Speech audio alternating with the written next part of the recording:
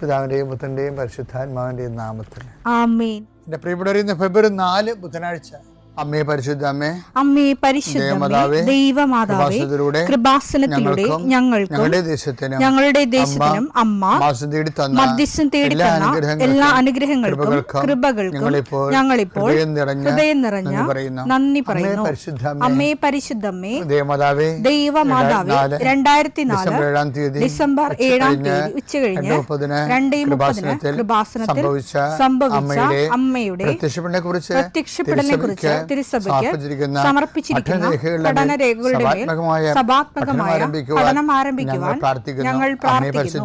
അമ്മേ പരിശുദ്ധമേ, ഭൂസ്വർലോകങ്ങളുടെ രാജ്ഞിയായ അങ്ങേയ്ക്ക് ഭൗമസംരക്ഷണത്തിനായി പ്രപഞ്ചപ്രകൃതിയെ തന്നെ തിരുസഭ പ്രതിഷ്ഠിക്കുവാൻ ഈ പ്രത്യക്ഷീകരണം വഴി ഇടയാക്കണമേ. പരിശുദ്ധമേ, ജപമാല മാതാവേ, സകല കൃപാസനം പ്രാർത്ഥനയോടും ചേർത്ത് ഞങ്ങളിപ്പോൾ പ്രാർത്ഥിക്കുന്ന ഈ കുടുംബത്തിന്റെ പ്രത്യേക നിയോഗം പറ മക്കളെ.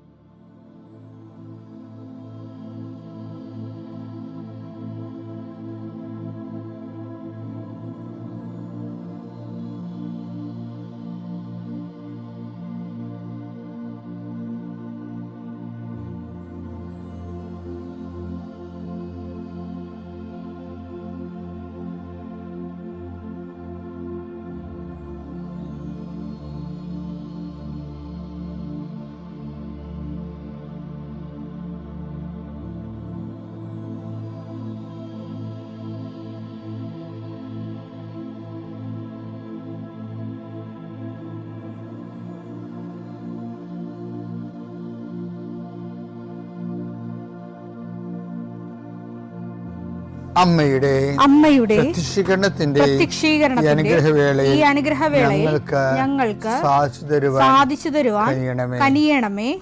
ആമേൻ. വിശ്വാസ പ്രമാണം. സർവശക്തനായ പിതാവും ആകാശത്തിന്റെയും ഭൂമിയുടെയും സൃഷ്ടാവുമായ ദൈവത്തിൽ ഞാൻ വിശ്വസിക്കുന്നു. അവിടുത്തെ ഏകപുത്രനും ഞങ്ങളുടെ കർത്താവുമായ ഈശോമിശിഹായിലും ഞാൻ വിശ്വസിക്കുന്നു. ഈ പുത്രൻ പരിശുദ്ധാത്മാവിനാൽ ഗർഭസ്ഥനായി കന്യകാമറിയത്തിൽ നിന്ന് പിറന്ന് പൊന്തിയോസ് പീലാത്തോസിന്റെ കാലത്ത് പീഡകൾ സഹിച്ച് കുരിശിൽ തറയ്ക്കപ്പെട്ട് മരിച്ച് അടക്കപ്പെട്ട് പാതാളങ്ങളിൽ ഇറങ്ങി മരിച്ചവരുടെ ഇടയിൽ നിന്ന് 3-ാം നാൾ ഉയർത്ത് സ്വർഗത്തിലേക്ക് എഴുന്നള്ളി സർവശക്തിയുള്ള പിതാവായ ദൈവത്തിന്റെ വലതുഭാഗത്തിരിക്കുന്നു. അവിടെ നിന്ന് ജീവിക്കുന്നവരെയും മരിച്ചവരെയും വിധിക്കുവാൻ വരുമെന്നും ഞാൻ വിശ്വസിക്കുന്നു. പരിശുദ്ധാത്മാവിലും ഞാൻ വിശ്വസിക്കുന്നു. വിശുദ്ധ കത്തോലിക്കാ സഭയിലും പുണ്യവാന്മാരുടെ ഐക്യത്തിലും പാപങ്ങളുടെ മോചനത്തിലും ശരീരത്തിന്റെ ഉയർപ്പിലും നിത്യമായ ജീവിതത്തിലും ഞാൻ വിശ്വസിക്കുന്നു. ആമേൻ. സുഖസ്ഥനായ ഞങ്ങളുടെ പിതാവേ, അങ്ങയുടെ നാമം പൂജിതമാകണമേ. അങ്ങയുടെ രാജ്യം വരണമേ. അങ്ങയുടെ തിരുമനസ് സ്വർഗത്തിലെ പോലെ ഭൂമിയിലുമാകണമേ. അന്നു വേണ്ടുന്ന ആഹാരം ഇന്ന് ഞങ്ങൾക്ക് തരണമേ. ഞങ്ങളോട് തെറ്റ് ചെയ്യുന്നവരോട് ഞങ്ങൾ ക്ഷമിക്കുന്നത് പോലെ ഞങ്ങളുടെ തെറ്റുകൾ ഞങ്ങളോടും ക്ഷമിക്കണമേ.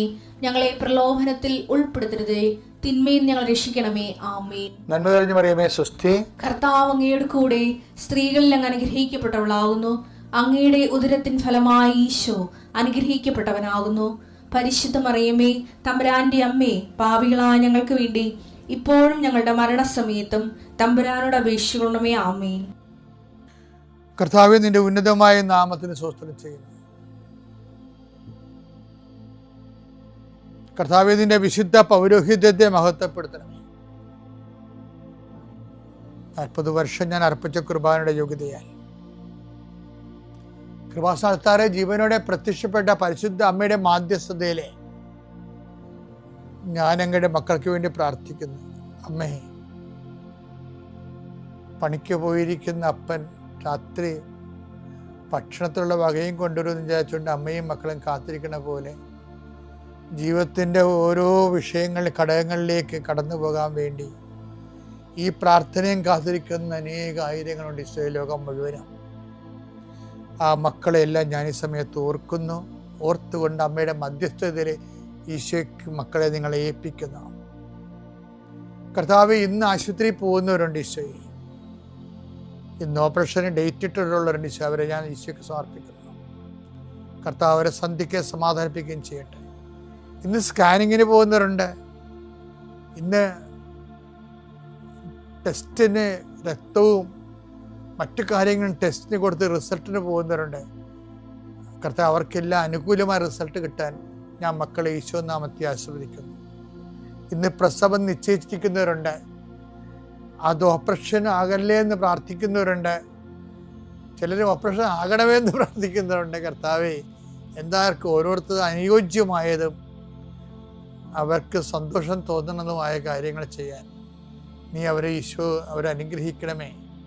എൻ്റെ കർത്താവിൻ്റെ ഉന്നതമായ നാമത്തിൽ, സഭയുടെ അധികാരത്തിൽ, കുരിശിൻ്റെ അടയാളത്തിൽ, ദൈവത്തിൻ്റെ ശക്തിയാൽ നിൻ്റെ എല്ലാ ജീവിത തടസ്സങ്ങളെയും നീ ആഴ്ച നേരിടാൻ പോകുന്ന മുഴുവൻ ദോഷങ്ങളെ ഈശോ നാമത്തിൽ ബന്ധിക്കുന്നു.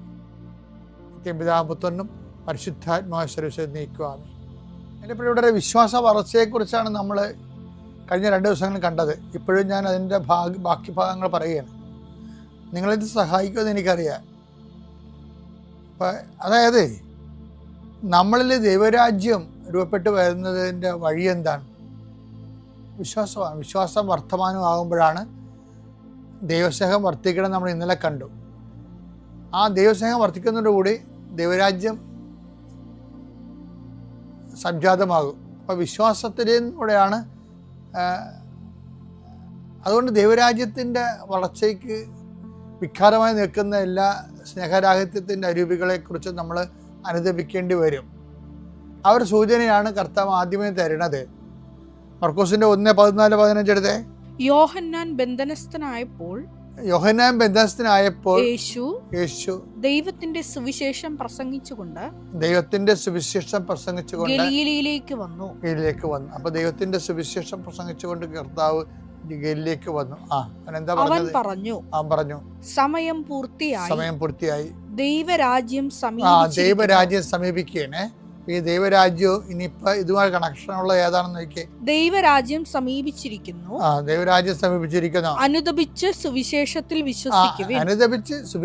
വിശ്വസിക്കുക. അപ്പൊ സുവിശേഷത്തിൽ വിശ്വസിക്കുന്നതിലൂടെയാണ് ദൈവരാജ്യത്തിലേക്ക് മനുഷ്യൻ പ്രവേശിക്കുന്നത്. അപ്പൊ വിശ്വാസത്തിലൂടെയാണ് ദൈവരാജ്യത്തിലേക്ക് പ്രവേശിക്കുന്നത്.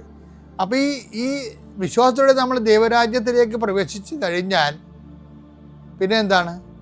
പിന്നെ പറയണത് അതിൻ്റെ വളർച്ചയെക്കുറിച്ചാണ് പറയണത്. അത് വളർച്ച ഒരു ഘട്ടങ്ങളുണ്ടാവും. മർക്കോസിന് 4:26 വായിച്ച്. അവൻ പറഞ്ഞു ദൈവരാജ്യം ഒരുവൻ ഭൂമിയിൽ വിത്ത് വിതയ്ക്കുന്നതിന് സദൃശം. ഭൂമിയിൽ വിത്ത് വിതയ്ക്കുന്നതിന് സദൃശം. അവൻ രാവും പകലും ഉറങ്ങിയും ഉണർന്നും കഴിയുന്നു. അവൻ അറിയാതെ തന്നെ വിത്തുകൾ പൊട്ടിമുളച്ച് വളരുന്നു. ആദ്യം ഇല. ദൈവരാജ്യം നമ്മൾ വളരുന്ന രീതി കണ്ടില്ലേ? വിശ്വാസ വളർച്ച അനുസരിച്ചാണ് ദൈവരാജ്യം വളർന്നു വരണത്. അതിന്റെ ഫസ്റ്റ് സ്റ്റെപ്പ് എന്താണ്? ആദ്യം ഇല, പിന്നെ കതിർ. രണ്ടാമതൊരു സ്റ്റെപ്പ് ഉണ്ട് വിശ്വാസ വളർച്ചയുടെ. രണ്ടാമത്തെ സ്റ്റെപ്പ് എന്താ? പിന്നെ കതിർ. തുടർന്ന് കതിരിൽ ധാന്യമണികൾ. മൂന്നാമത്തെ സ്റ്റെപ്പ് എന്താണ്? തുടർന്ന് കതിരിൽ ധാന്യമണികൾ.